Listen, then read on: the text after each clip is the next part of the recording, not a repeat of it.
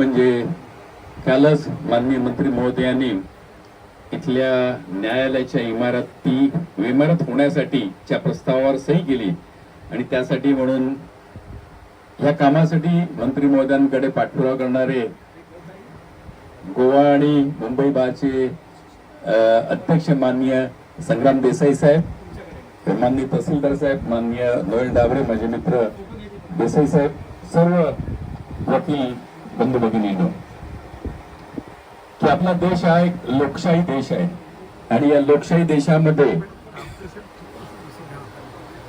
आपल्याकडे खूप चांगल्या रीतीने आंदोलन केली जातात.